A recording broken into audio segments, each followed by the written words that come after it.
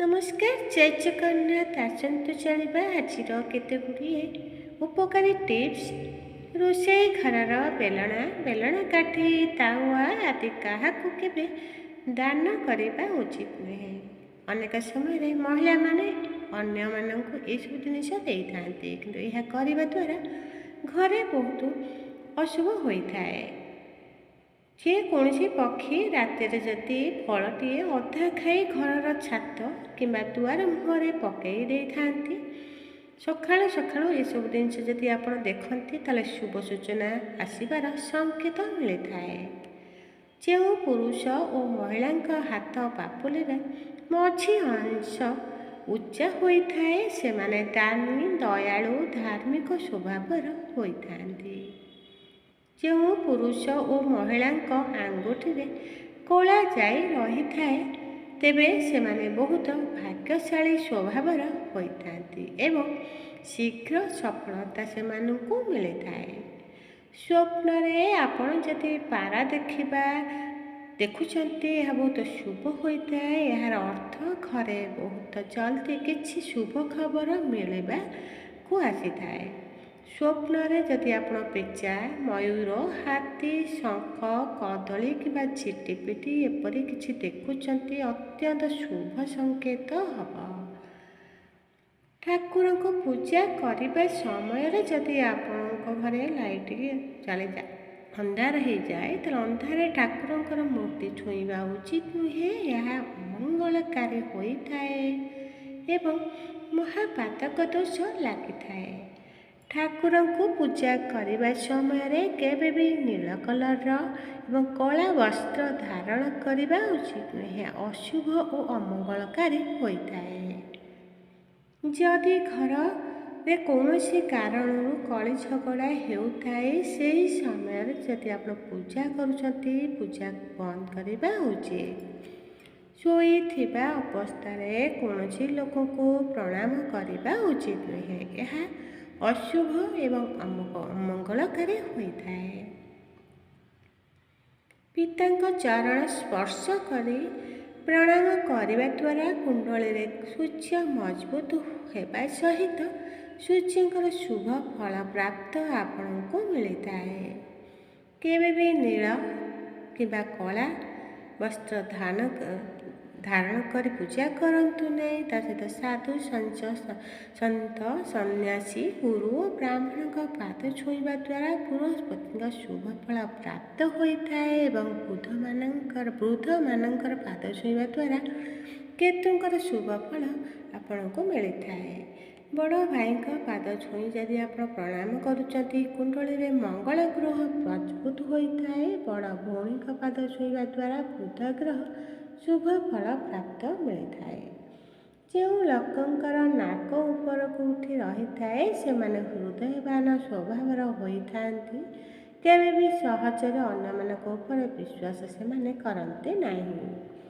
ଯେଉଁ ଲୋକଙ୍କ ନାକ ମୋଟା ହୋଇଥାଏ ସେମାନଙ୍କୁ କଥା କହିବାର କୌଶଳ ଜଣାଥାଏ ଏବଂ ଅତି ଶୀଘ୍ର ସମାଜରେ ସେମାନଙ୍କୁ ମାନ ସମ୍ମାନ ମିଳିଥାଏ। ଯେଉଁ ପୁରୁଷ ଓ ମହିଳାଙ୍କ ଆଙ୍ଗୁଠିରେ କଳା ଯାଇ ରହିଥାଏ ସେମାନେ ବହୁତ ଭାଗ୍ୟଶାଳୀ ସ୍ୱଭାବର ହୋଇଥାନ୍ତି ଏବଂ ସେମାନଙ୍କୁ ଶୀଘ୍ର ସଫଳତା ମଧ୍ୟ ମିଳିଥାଏ। ସକାଳୁ ସକାଳୁ ଯଦି ଆପଣ ଉଠିବା ସମୟରେ ଆପଣ ଶଙ୍ଖ ଧ୍ୱନି ଶୁଣିଥାନ୍ତି ତେବେ ଅତ୍ୟନ୍ତ ଶୁଭ ହେବା ସହିତ ଜଲ୍ଦି ଆପଣଙ୍କର ଖରାପ ସମୟ ଦୂର ହେବାର ସଂକେତ ମଧ୍ୟ ମିଳିଥାଏ।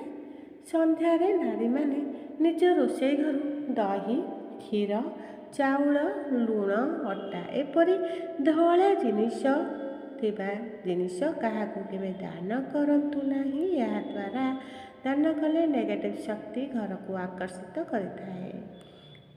ମହୁ ସ୍ୱାସ୍ଥ୍ୟ ପାଇଁ ବହୁତ ଲାଭଦାୟକ, କିନ୍ତୁ ମହୁକୁ ଯଦି ଆପଣ ଗରମ କରି ଖାଉଛନ୍ତି ଏହା ସ୍ୱାସ୍ଥ୍ୟ ପାଇଁ କ୍ଷତିକାରକ ହୋଇଥାଏ। ସୂର୍ଯ୍ୟାସ୍ତ ପରେ କେବେ ବି ତୁଳସୀ ଗଛକୁ ଛୁଇଁବା ଏବଂ ତୁଳସୀ ପତ୍ର ଛିଣ୍ଡେଇବା ଉଚିତ ନୁହେଁ। ଏହା ବହୁତ ଅଶୁଭ ହୋଇଥାଏ। ମା ଲକ୍ଷ୍ମୀ ରୁଷ୍ଟ ହୋଇଥାନ୍ତି। ଯଦି ଆପଣଙ୍କର କୌଣସି ଗମ୍ଭୀର ରୋଗରେ ପୀଡ଼ିତ ହେଉଛନ୍ତି ତାହେଲେ ପ୍ରତିଦିନ ହଳଦୀ ତିଲକ ଲଗାନ୍ତୁ। ଏଭଳି କରିବା ଦ୍ୱାରା ଆପଣ ଧୀରେ ଧୀରେ ଏହି ରୋଗରୁ ମୁକ୍ତି ପାଇବେ। ଶୁକ୍ରବାର ଦିନ ଶ୍ରଦ୍ଧାର ସହିତ ମା ଲକ୍ଷ୍ମୀଙ୍କର ପୂଜା ଆରାଧନା କରିବା ଦ୍ୱାରା ମଙ୍ଗଳକାରୀ ହୋଇଥାଏ। ତା ସହିତ ଘରେ ସୁଖ ଶାନ୍ତି ଐଶ୍ୱର୍ଯ୍ୟର ଅଭାବ ହୋଇନଥାଏ।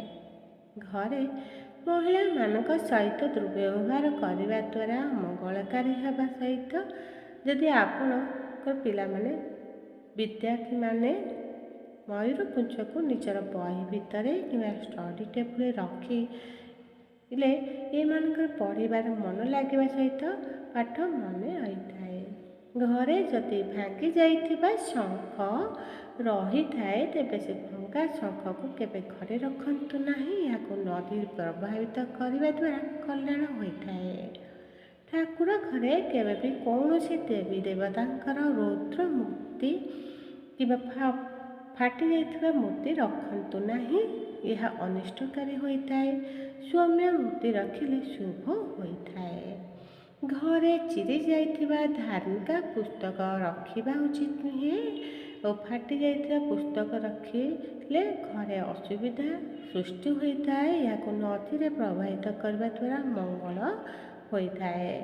5ଟି ଲାଲ ଗୋଲାପ ଫୁଲକୁ ଆପଣ ଆଣି ଗାୟତ୍ରୀ ମନ୍ତ୍ର ପଢ଼ି 21 ଥର ଏହାକୁ ପଢ଼ିଲା ପରେ ଧଳା କପଡ଼ାରେ ବାନ୍ଧି ନଦୀରେ ଭସାଇ ଦିଅନ୍ତୁ। ଦେଖିବେ ଆପଣଙ୍କର ସବୁ ପ୍ରକାର ରିଷ୍ଟ ଖଣ୍ଡନ ହୁଏ। ଘରେ ସୁଖ ଶାନ୍ତି ବଢ଼ିଥାଏ।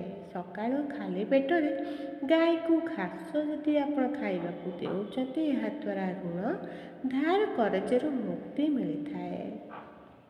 ବୃହସ୍ପତି ଗ୍ରହ ଦୁର୍ବଳ ସ୍ଥିତିରେ ରହିଲେ ଆପଣ ଯେଉଁ କାର୍ଯ୍ୟରେ ହାତ ଦେବେ ସବୁଥିରେ ଅସଫଳ ହେବ। ଏପରିକି ବ୍ୟାପାର ପ୍ରଗତି ହୋଇନଥାଏ। ସମସ୍ୟାରୁ ମୁକ୍ତି ପାଇବା ପାଇଁ ଆପଣ ଗୋଟିଏ ହଳଦୀ ଖଣ୍ଡକୁ ନେଇ ଏହାକୁ ଏକ ହଳଦିଆ କପଡ଼ାରେ ଏକ ଗୁଆ ସହିତ ମା ଲକ୍ଷ୍ମୀଙ୍କ ପାଖରେ ରଖନ୍ତୁ। ଭାତରେ ବାଇଗଣ ସିଝାଇବା ଉଚିତ ନୁହେଁ। ଏହା ଅମଙ୍ଗଳକାରୀ ହୋଇଥାଏ। ଜ୍ୟୋତିଷ ଶାସ୍ତ୍ର ଅନୁସାରେ ଯଦି ମଣ୍ଡଳୀରେ ଗୁରୁ ଶୁକ୍ର ଗ୍ରହ କମଜୋର ହେବାର କାରଣରୁ ଧନର ଅଯଥା ଅପଚୟ ହୋଇଥାଏ। ବନ୍ଧୁଗଣ, ଯଦି ଭିଡ଼ିଓଟି ଆପଣଙ୍କୁ ଭଲ ଲାଗିଥିବ ଦୟାକରି ଭିଡ଼ିଓଟି ଲାଇକ୍ ସେୟାର କରିବେ ଏବଂ ଭିଡ଼ିଓଟି ଯଦି ଆପଣ ଚ୍ୟାନେଲଟା ସବସ୍କ୍ରାଇବ୍ ନ କରିଥିବେ ସବସ୍କ୍ରାଇବ୍ ମଧ୍ୟ କରିବେ।